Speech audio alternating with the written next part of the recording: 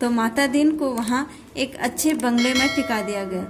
एक दिन आराम करने के बाद माता दीन ने काम शुरू कर दिया। उन्होंने पुलिस लाइन का निरीक्षण किया। वे उन कारणों का अध्ययन कर रहे थे जिनके कारण पुलिस लापरवाह और आलसी हो गई थी। एकाएक उनकी बुद्धि में चमक आई। उन्होंने मुंशी से कहा, जरा तनख्वाह का रजिस्टर लाओ। तो क्या हुआ, माता दीन जब वहाँ पहुँच गए तो एक अच्छे से बंगले में उन्हें रखा गया, टिका दिया गया।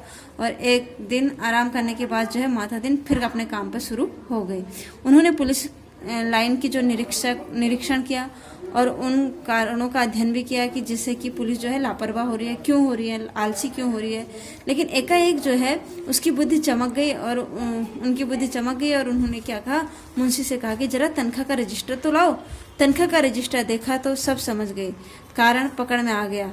शाम को उन्होंने पुलिस मंत्री से कहा, मैं समझ गया कि आपकी पुलिस मुस्तैद क्यों है, यानी आपकी पुलिस जो है अच्छे से काम क्यों नहीं करती है।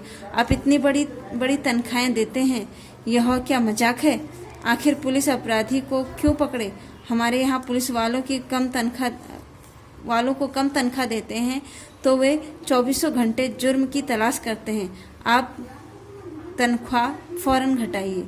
तो क्या होता है कि एकाएक जो है उसकी बुद्धि क्या करती है, बुद्धि चमक जाती है, यानी बुद्धि पलट जाती है। तो वो क्या कहते हैं कि मुंशी से जाओ तनख्वाह का एक रजिस्टर लेके आओ कि तनख्वाह कितनी है इन पुलिस वालों की। तभी तनख्वाह का रजिस्टर देखता है तो उसमें जो है उनकी तनख्वाह जो है बहुत ज़्यादा होती है। तो बोलता है शाम को पुलिस मंत्री को कि तुम्हारे यहाँ जो है पुलिस कर्मियों की जो है बहुत ज़्यादा तनख्वाह है, इसलिए ये क्या है, यह क्या है, ये मजाक की तरह है कि पुलिस अधिकारियों की इतनी तनख्वाह होने पर वो क्यों अपराधी को पकड़ेंगे।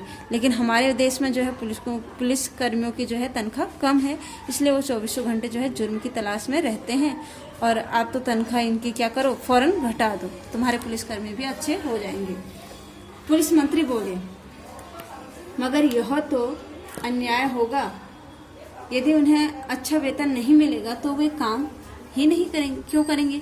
माता दीन ने कहा, इसमें कोई अन्याय नहीं है। आप देखेंगे कि पहली घटी हुई तनख्वाह मिलते ही उनकी पुलिस की मनोवृत्ति में क्रांतिकारी परिवर्तन आ जाएगा।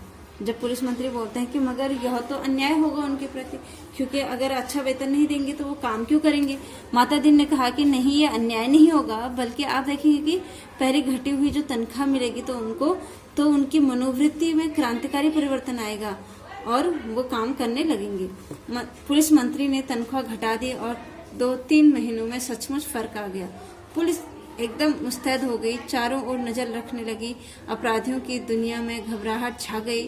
कई गुने केस रजिस्टर हुए। उन्होंने माता दीन को बुलाकर कहा, मैं आपकी सोच की तारीफ करता हूँ, आपने क्रांति कर दी, पर यह हुआ किस तरह। तो पुलिस मंत्री जो है वो तुरंत ही तनख्वाह घटा देते हैं। 2-3 महीने में देखते हैं कि सचमुच उनके पुलिसकर्मियों में जो है फर्क आ गया है और वो अपना काम जो है आराम से कर रहे हैं। और अपराधियों की दुनिया में जो है घबराहट, यानी पुलिसों की क्या हो गया, खौफ भी हो गया, उनका डर भी हो गया है। तो किसकी, माता दीन की तारीफ करते हैं कौन, पुलिस मंत्री, और बोलते हैं कि आपने जो है क्रांति ला दी है हमारे पुलिसकर्मियों में।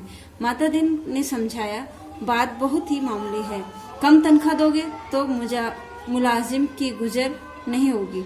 जब उन्हें ऊपरी आमदनी करनी ही पड़ेगी तो ऊपरी आमदनी तभी होगी जब वह अपराधी को पकड़ेगा। गरज यह है कि वह अपराधी पर नजर रखेगा, इससे वह सचेत और कर्तव्यपरायण हो जाएगा। हमारे रामराज्य में सक्षम प्रशासन की यही रहस्य है। तो माता दीन कहते हैं कि इसमें तो कोई आश्चर्य की बात नहीं है। माता दीन ने फिर उसे समझाया पुलिसकर्मी को, बात तो बहुत ही मामूली है, अगर कम तनख्वाह दोगे तो वो क्या करेंगे, मुलाजिम की गुजर नहीं होगी, जो अपराधी है उसकी गुजर नहीं होगी, इसलिए वो क्या करेगा, बड़ा अपराध करेगा, तब उसे ऊपरी आमदनी करनी पड़ेगी। और ऊपरी आमदनी के तभी होगी जबकि वह अपराधी को पकड़ेगा, यानी जो अन्य पुलिसकर्मी हैं वो क्या करेंगे, अपराधी को पकड़ने की कोशिश करेंगे। गरज यह होगी कि अपराधी पर नजर रखेंगे और उससे वह सचेत और कर्तव्यपरायण हो जाएगा। और हमारे वहाँ जो है रामराज्य सक्षम प्रशासन की यही रहस्य है, यानी हमारा जो रामराज्य है उसका यही एक रहस्य है। चंद्रलोक में इस चमत्कार की खबर फैल गई। लोग माता दीन को देखने आने लगे कि यह कैसा आदमी है जो तनख्वाह कम करके समता ला देता है। पुलिस के लोग भी खूब खुश थे। वे कहते, गुरु आप इधर ना पधारे तो हम सभी कोरी तनख्वाह से ही गुजर करते रहते। सरकार भी खुश थी कि मुनाफे का बजट बनने वाला था। अब देखिए, चंद्रलोक में इस चमत्कार की खबर फैल गई तो सभी लोग जो है माता दीन को देखने वहां पहुंच गए। और जो क्या थे, पुलिसकर्मी थे, पुलिस के लोग थे, वो भी उससे खुश थे क्योंकि उन्हें क्या मिला था। वो बोल रहे थे कि आप अगर इधर नहीं आते तो हमारी तो पूरी तनख्वाह ही से गुजर करना पड़ता, हमें जो है अपराधी की जो मोटी रकम है वो नहीं मिलती। और सरकार भी जो थी वहाँ की खुश थी, उन्हें भी क्या मिल रहा था, मुनाफा मिल रहा था। आधी समस्या हल हो गई। अब मामले की जांच विधि में सुधार करना रह गया था। अपराधी को पकड़ने के बाद उसे सजा कैसे दिलाई जाए। अब इतना सब कुछ हो गया था, लेकिन अब ये मामला था कि जो क्या है, कानून के अंतर्गत उसको विधि होता है, कानून के अंतर्गत उसमें कैसे सुधार लाया जाए और अपराधी को पकड़ने के बाद उसे सजा कैसे दिलाई जाए। एक दिन आपसी मारपीट में एक आदमी मारा गया। माता दीन कोतवाली में जाकर बैठ गए और बोले, नमूने के लिए इस केस का इन्वेस्टिगेशन मैं करता हूँ, आप लोग सीखिए। यह कत्ल का केस है। कत्ल के केस में एविडेंस बहुत पक्का होना चाहिए। तो क्या होता है, एक दिन मारपीट का मामला होता है, एक आदमी उस मारपीट में मारा गया। तो माता दीन बोलते हैं इस कोतवाली में जाकर कि कोतवाली में बैठकर कि इस जो एक नमूने के तौर पर मैं जो है इस केस की इन्वेस्टिगेशन करता हूँ और आप लोग मेरे से सीखना। और यह मामला है कत्ल के केस का। और कत्ल के केस में क्या है, एविडेंस बहुत ही पक्का होना चाहिए। कोतवाल ने कहा, पहले कातिल का पता लगाया जाएगा, तभी तो एविडेंस इकट्ठा होगा या इकट्ठा किया जाएगा। माता दीन बोला, नहीं, उल्टे मत चलो, पहले एविडेंस देखो। क्या कहीं खून मिला किसी के कपड़ों पर या कोई और कहीं? तो कहते हैं, कोतवाल ने कहा कि पहले जो है कातिल का पता लगाओ और उसके बाद जो है एविडेंस इकट्ठा किया जाएगा। लेकिन माता दीन बोले, नहीं, उल्टा मत करो, पहले तो क्या करो, एविडेंस को देखो, फिर उसके बाद ये पता लगाओ कि कहीं खून मिला है या किसी के कपड़ों पर खून मिला है या और कहीं। एक इंस्पेक्टर ने कहा, हाँ, मारने वाला तो भाग गए थे, मृतक सड़क पर बेहोश पड़ा था। एक भले आदमी ने उसे उठाकर अस्पताल भेजा। हाँ, उस भले आदमी के कपड़ों पर खून के दाग लग गए हैं। अब देखिए क्या होता है। माता दीन ने कहा, उसे फौरन गिरफ्तार करो। क्या दिखाया गया है, मैंने पहले शुरू में ही आपको बताया था कि भ्रष्टाचार दिखाया गया है इसमें। और तो वही हो रहा है। ये क्या होता है कि पहले वो बोलते कि कातिल, ये क्या है, एक आदमी का कत्ल हुआ है या उसकी मौत हो गई है, तो उसके लिए जो है एक एविडेंस यानी पक्का हमें सबूत चाहिए।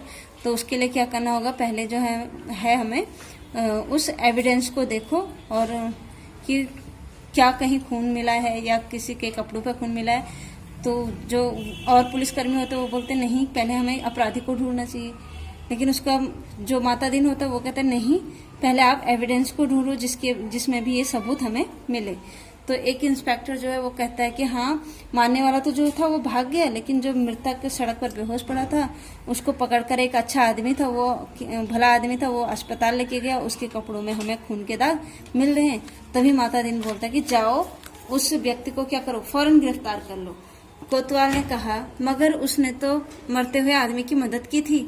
माता दीन ने कहा, वह सब ठीक है, पर तुम खून के दाग ढूंढने और कहाँ जाओगे? जो एविडेंस मिल रहा है उसे कब्जे में करो। तो कहते कि वह सब तो ठीक है कि वो निर्दोष है, लेकिन तुम उस अपराधी को ढूंढने कहाँ तक भागोगे? इससे अच्छा है कि जो भी तुम्हें सबूत मिल रहे उसको क्या कर लो, कब्जे में कर लो और अपने केस को आगे चलाओ।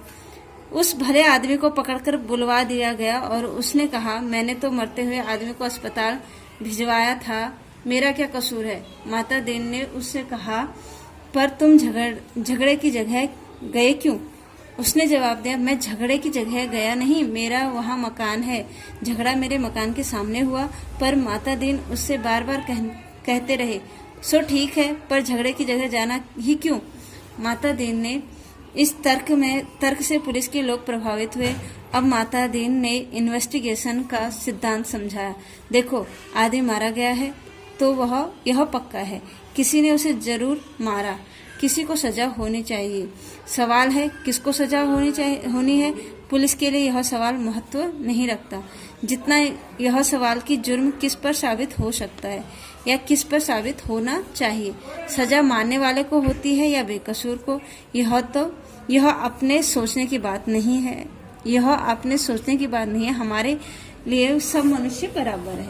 अब देखिए क्या कहते हैं माता दीन कि उस व्यक्ति को बोलते हैं कि जब वो व्यक्ति बोलता है कि मैंने तो कोई अपराध नहीं किया, मैंने तो उस आदमी की मदद की, तो माता दीन बोलता है कि वह सब ठीक है, लेकिन खून के दाग तो तुम्हारे कपड़ों में हैं, जो कि हमें क्या सबूत के तौर पर मिले हैं। उस भले आदमी ने कहा कि को पकड़कर बुलाया गया और उसको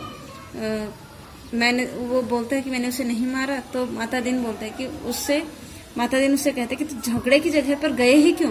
वो बोलता कि मैं झगड़े की जगह पर नहीं गया, बल्कि मेरे मकान के सामने जो है ये सब झगड़ा हुआ था।